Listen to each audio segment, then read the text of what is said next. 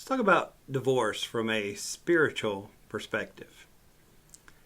There are very few things in life more difficult than having a spouse which is unfaithful or a spouse who no longer wants to be married to you. It's a strike to your self-confidence, to your identity, who you are, who you think you are. Your dreams are shattered. Your family goes through a very difficult situation. Counselors will often say it's one of the most traumatic things that can happen to a person. It hurts to have a spouse pass away. But when that happens, you can visit the grave. When that happens, people aren't just absolutely uncomfortable around you. When that happens, your friends don't have to choose whether they want to be with you or want to be with your ex. People don't have to take sides. And so health consequences oftentimes are huge. Cancer will arise many times right after a divorce. Many times, about a year, maybe 2 years after the divorce, there will be a lot of heart issues, blood pressure. Sometimes people will become diabetic. Our body oftentimes follows our mental and our spiritual state. And so a few times are more difficult than divorce. In fact, it's such a serious situation, God oftentimes will use this occurrence to describe his relationship even with us. In the Old Testament, the minor prophet Hosea was commanded to go marry Gomer. Gomer was a prostitute. Gomer had no desire at all to remain married to a man of God. And in the entire book, Hosea struggles with his marriage. He struggles with a wife who has no desire to be with him and is always leaving. And God uses that struggle to define, in many ways, what it's like when a person leaves the Lord, and what it's like when a person goes through a divorce. We see the illustration carry over to the New Testament. In James chapter 4, beginning in verse 4, James writes this, "Adulterers and adulteresses, don't you know that friendship with the world makes you an enemy of God?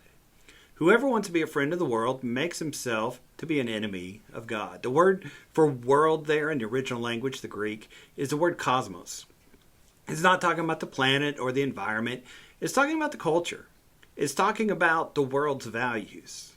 And so oftentimes, that's why marriages have so much difficulty. Many times marriages break apart and divorce happens because the world has gotten into our relationship and how we treat each other. The church is a bride of Christ. It deserves the highest praise. It deserves priority, love, and attention. And you and I, when we're married, deserve the same thing. Highest praise from our spouse, love, attention, and things such as that. So why do people divorce? Many times I say it's due to the 4 P's. What are those words? Each one begins with the letter P. Pressure. Sometimes people are so crushed by the pressure. Maybe it's finances. Maybe it's expectations. The pressure that they feel that they finally crack and they've got to leave the relationship. They can no longer stay there. The next word that starts with the letter P, praise. They're hungry for somebody to praise them. They're hungry for somebody to say kind things to them. And so when they get in that situation in a marriage where they don't feel appreciated by their spouse, when somebody else says something, even when that person isn't as pretty or isn't as wealthy or isn't as stable, just when they hear things, sometimes they open up and make decisions that they regret later. Sometimes it's power.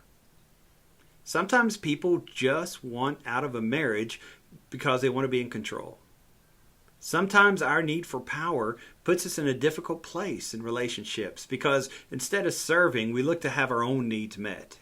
Instead of showing love, we look for everything to ourselves. Kind of a selfishness there. And of course, the 4th is pleasure.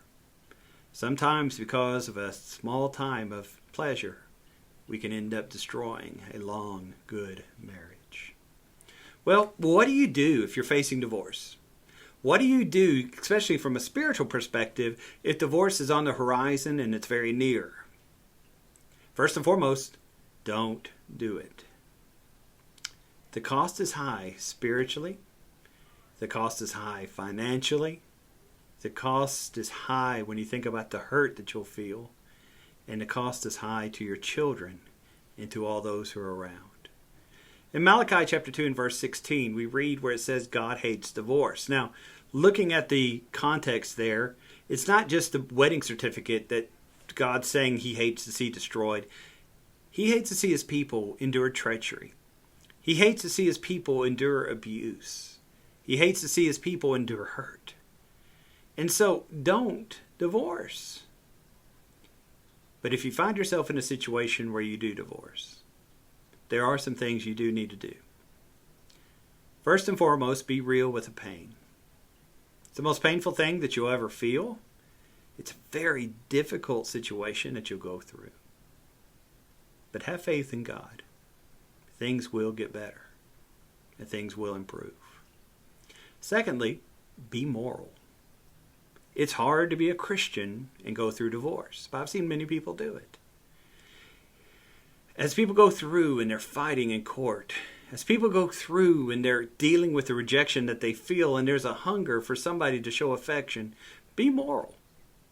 Put God first and remember that you're God's child.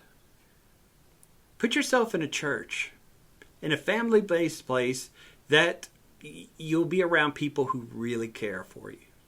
Give yourself completely to God. Find good people to be around. Find friends.